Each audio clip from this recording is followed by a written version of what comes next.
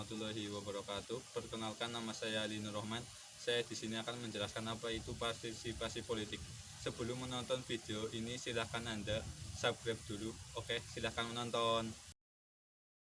Partisipasi politik adalah segala bentuk keikutsertaan atau keterlibatan warga negara biasa yang tidak memiliki wewenang dalam menentukan keputusan yang dapat mempengaruhi hidupnya. Partisipasi politik bisa dilakukan secara individual atau kolektif. Partisipasi politik juga berfokus pada kegiatan yang dilakukan dan bukan berfokus pada sikap politiknya. Partisipasi politik memiliki dua pendekatan, yaitu pendekatan politik kelompok dan hak-hak politik. Manfaat partisipasi politik: 1. Sebagai bentuk dukungan kepada pemerintah dan penguasa. 2. Untuk memperlihatkan kelemahan atau kekurangan pemerintah supaya dapat diperbaiki. 3. Sebagai bentuk tantangan terhadap penguasa dan pemerintah agar perubahan struktur serta sistem politik dapat terjadi. Mengaruhi partisipasi politik diantaranya: 1. Faktor psikologis. Faktor ini berkaitan erat dengan identifikasi individu atau masyarakat terhadap suatu partai politik. Proses identifikasi ini dapat dipengaruhi oleh orang terdekat seperti orang tua dan keluarga. Selain itu, faktor psikologis juga meliputi ketertarikan individu dalam membicarakan isu mengenai politik. 2. Faktor ekonomi atau rasional. Faktor ini dipengaruhi oleh evaluasi atau pemikiran individu terkait kondisi ekonomi dirinya, keluarga, serta nasional. Pemikiran tentang faktor ini jelas berpengaruh pada pilihan dan bagaimana bentuk partisipasi politiknya. 3. Faktor sosiologis. Faktor ini meliputi aspek agama, pendidikan, tempat tinggal, usia, jenis kelamin, serta tingkat ekonominya. Seluruh aspek ini berpengaruh pada partisipasi politik individu atau masyarakat, khususnya dalam penentuan pemimpin atau pejabat pemerintah.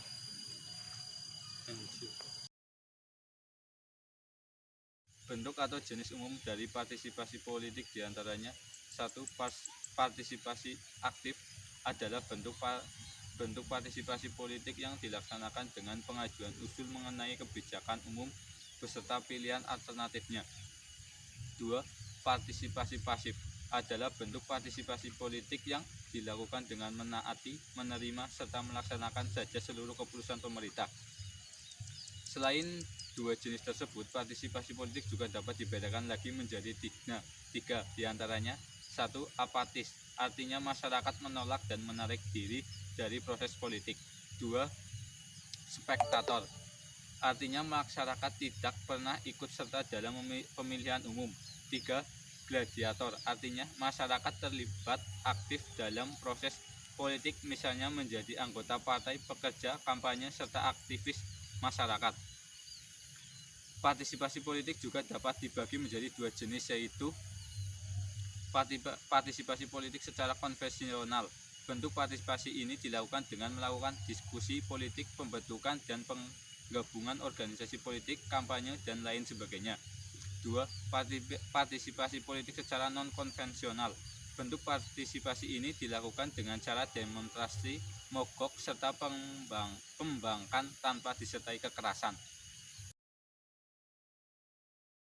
Fungsi partisipasi politik dalam masyarakat diantaranya: 1. Menentukan arah perkembangan negara. Walaupun dalam bentuk yang kecil dan sederhana, partisipasi masyarakat turut andil dalam menentukan arah perkembangan negara. Suatu suara yang kecil biasa menyebabkan pergerakan yang besar. Pendapat dan suara dari masyarakatlah yang menjadi faktor penting dalam perkembangan negara. 2. Membantu pemerintah dalam menjalankan negara. Partisipasi masyarakat dalam sistem politik negara ternyata merupakan bantuan besar bagi pemerintah. Dari aspirasi dan pendapat masyarakatlah pemerintah bisa membuat kebijakan dan menyesuaikan kondisi bernegara. Hal ini akan diciptakan situasi yang ideal mungkin bagi masyarakat untuk tinggal dalam suatu negara. 3. Menggunakan hak untuk berpendapat. Sebagai negara demokrasi, setiap orang yang menjadi bagian dari masyarakat Indonesia memiliki hak untuk berpendapat. Hak ini sudah merupakan hak yang diberikan pada masyarakat sejak lahir. Jika tidak ada partisipasi pada sistem politik, hal ini artinya orang itu tidak menggunakan hak berpendapat.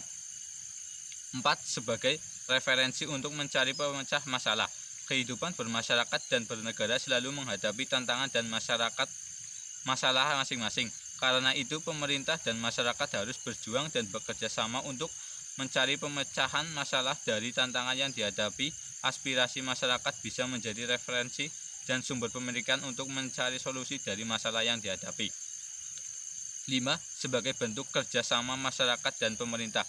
Partisipasi masyarakat dalam sistem politik menunjukkan bahwa adanya kerjasama antara masyarakat dan pemerintahnya, karena memang kehidupan bernegara yang baik tidak akan berjalan jika tidak ada hubungan dua arah dari masyarakat pemerintah. Sekian penjelasan dari saya tentang partisipasi politik, kurang lebihnya mohon maaf. Wallahul muwaffiq ila aqwamit thoriq. Wassalamualaikum warahmatullahi wabarakatuh.